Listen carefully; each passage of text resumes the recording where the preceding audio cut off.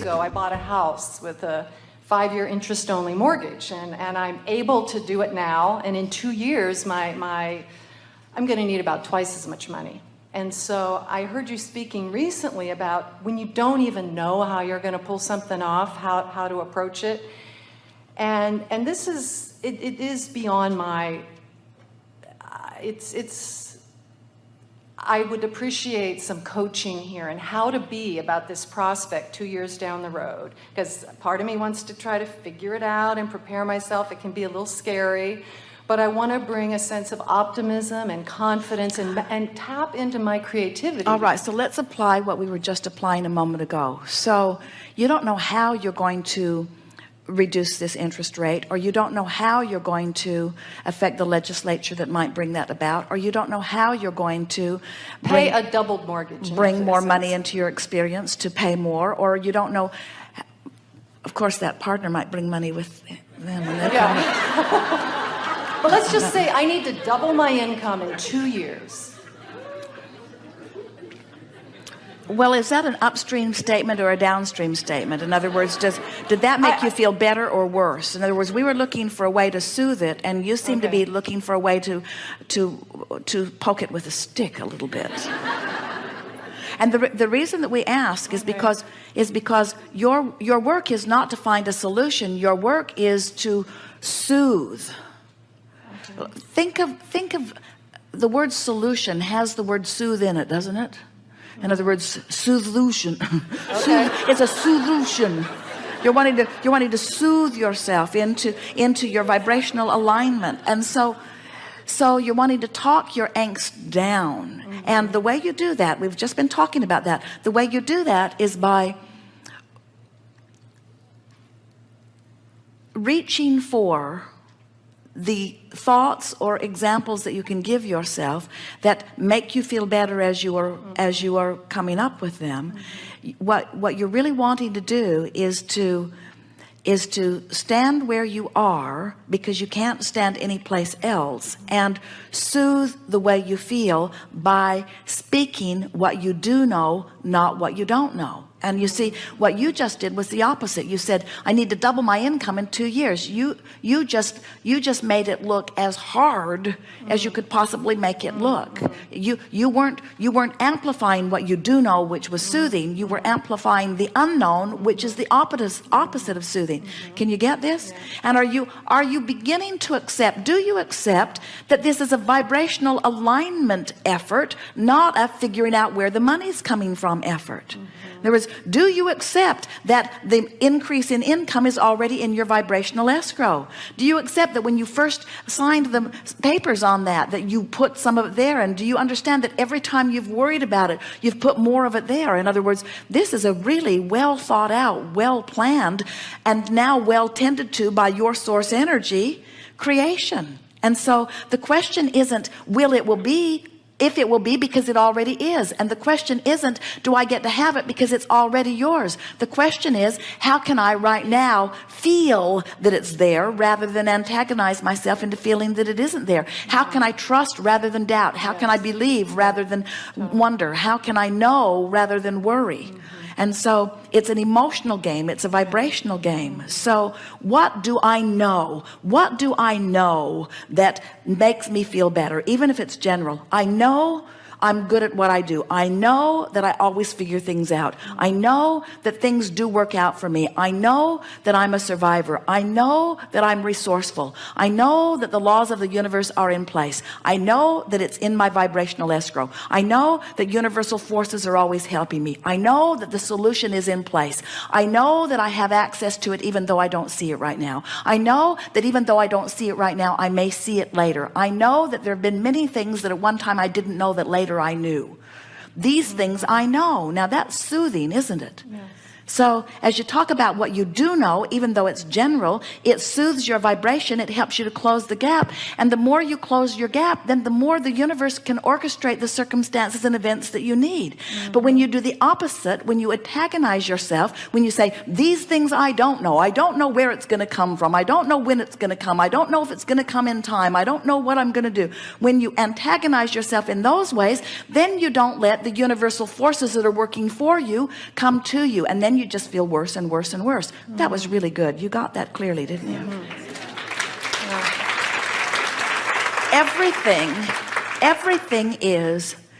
Everything is an emotional game. Everything is a vibrational game. Everything. And plus, when you view it as a game, then you can bring in the spirit of fun. You know, like I was listening on NPR in the summer, and there are these people that could get together at MIT, and they have this world's hardest treasure hunt.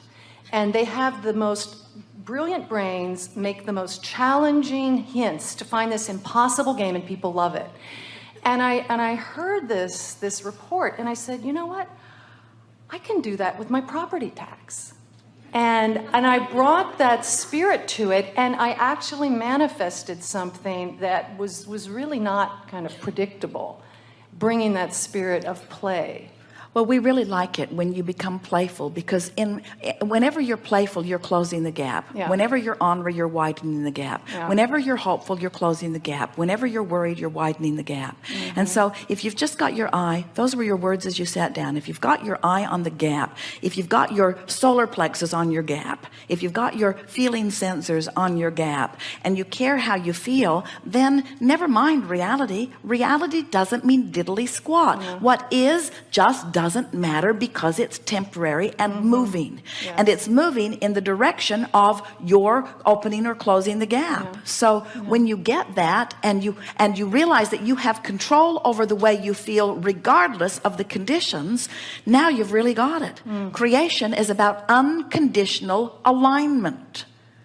And when your reality is so vivid, then you're reeling with conditions, then you're responding to conditions, and then you have no control over conditions.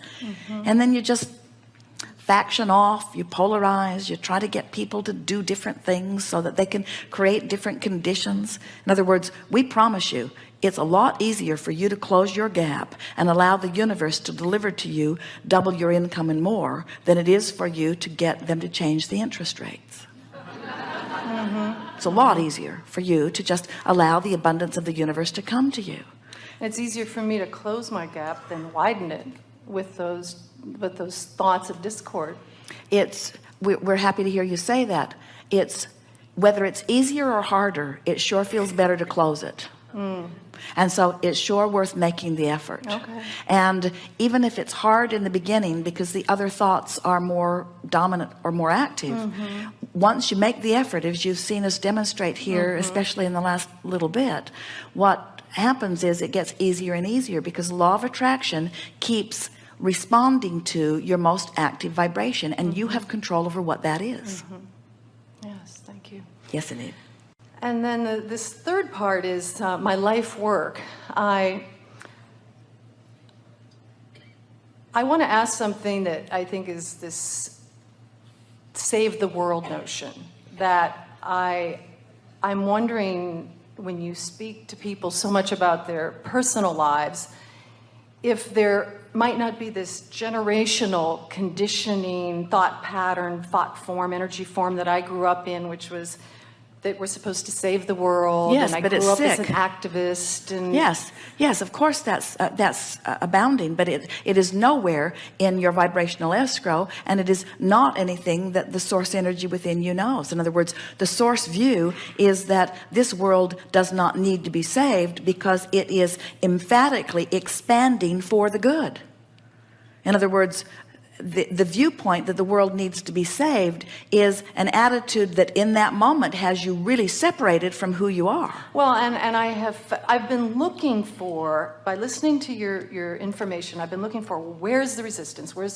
So sometimes I feel torn between doing what I love and being in my bliss, where I spend a lot of time and great joy. And then I think, but I should be doing this, or I should be saving the world.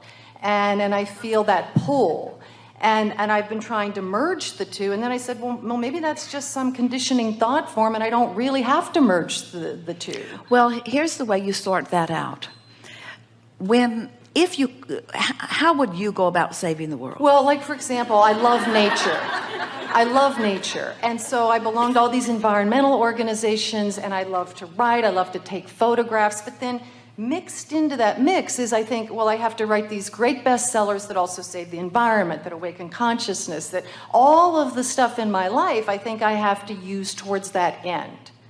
And it's mixed in with life mission and life purpose. And I really want to clear anything in there that then let us just give it to you discord. Let us just give it to you simply.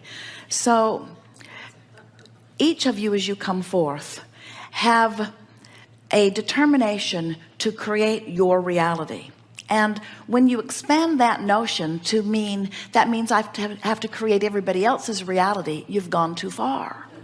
You've come forth to create your reality, which means you've come forth to sift through and determine what you would like to see. Now, what you would like to see might be about your property taxes. It might be about your house payment. It might be about the earth itself. It might be a political notion. In other words, what you want to see is what you want to see. And so your view of the way you would like to see the world is constantly shooting forth from you in rockets of desire, vibrational rockets. And the source energy part of you is then becoming a vibrational match to that.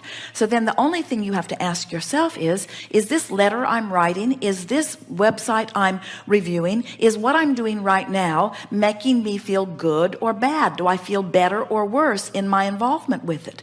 In other words, we want you to understand that you can't single-handedly save the world, and the world doesn't need to be saved, but it's perfectly all right for you to for life to inspire you to an idea about what would be better life on planet Earth. And when that rocket is born out of you and you turn your undivided attention toward that notion, you come into alignment, and then you get to live that improved life on Earth right here and now. And so you say, oh, I get it. I came forth, I lived the contrast, I saw something that would be better, I lined up with it, and now I'm living it. But then you say, but what about the others who aren't living it, as you split your energy again? And that's what goes wrong. That's what's wrong with the idea that I have to save the world, is that the world, first of all, doesn't want to be saved. Most of them don't want to be saved your way anyway.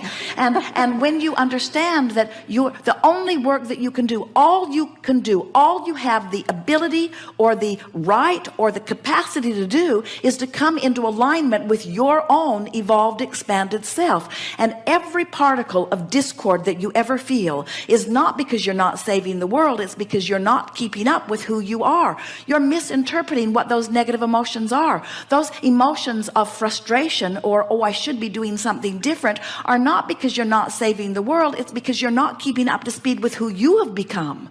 And when you start deliberately keeping up to speed with who you have become, those feelings will evaporate because they were never part of the reason that you came forth. And when you are tending to your world, and you are creating your world, and you are demonstrating through the power of your example how to come into alignment with your world, when you are radiating that example and another figures that out and another figures it out, the only world that will ever be the lovely world will be a world where everyone is controlling their own world. And in the moment that somebody else says, no, I see you're not controlling your world in the way that you should, never mind, I'll just control your world, you freak out because you are fiercely independent, you see. Oh, it is so lovely. The only place that freedom ever comes from is in the releasing of resistance. The only thing that ever binds you is your own contradictory energy. And as you understand that, as you embrace that, as you practice that, and as you live that, and then as you teach that through the clarity of your example, you will have the exhilarating experience of having other people's lives improve as a result of their interaction with you. But you cannot ever fixate on what's going wrong with the world and improve it in any way. It never ever works. And I feel that maybe has been what's stopping me, because I've been wanting to write and publish books. But I thought, well, but it's got to weave in this message about saving the world. And so you're saying to clear out all the resistance about that, just focus on what I most love. Focus upon things that make you feel good and write books from your place of feeling good. Okay. Thank you very much.